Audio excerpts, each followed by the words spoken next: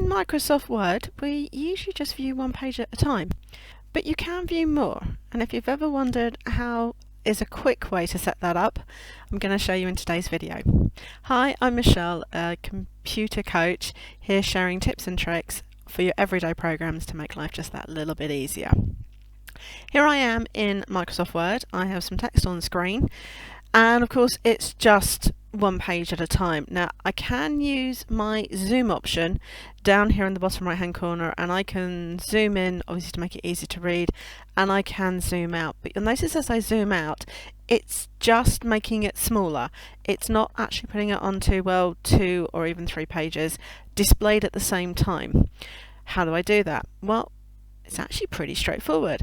Up here on the ribbon I'm going to click on the view option, the view tab, and you can see I've got a zoom command.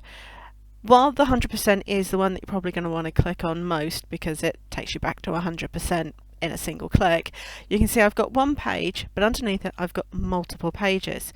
As I click there, it actually zooms it out and shows me 2 pages at a time. So that was really quick and easy.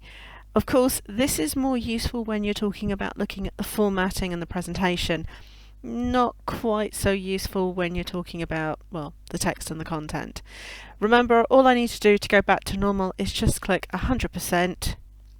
It will shrink me back down to a single page and I can read it again. Hope that you found this tip useful. If you have, please remember to give my video a thumbs up. It really does help the channel.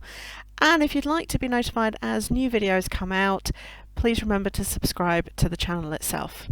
And I will see you next time.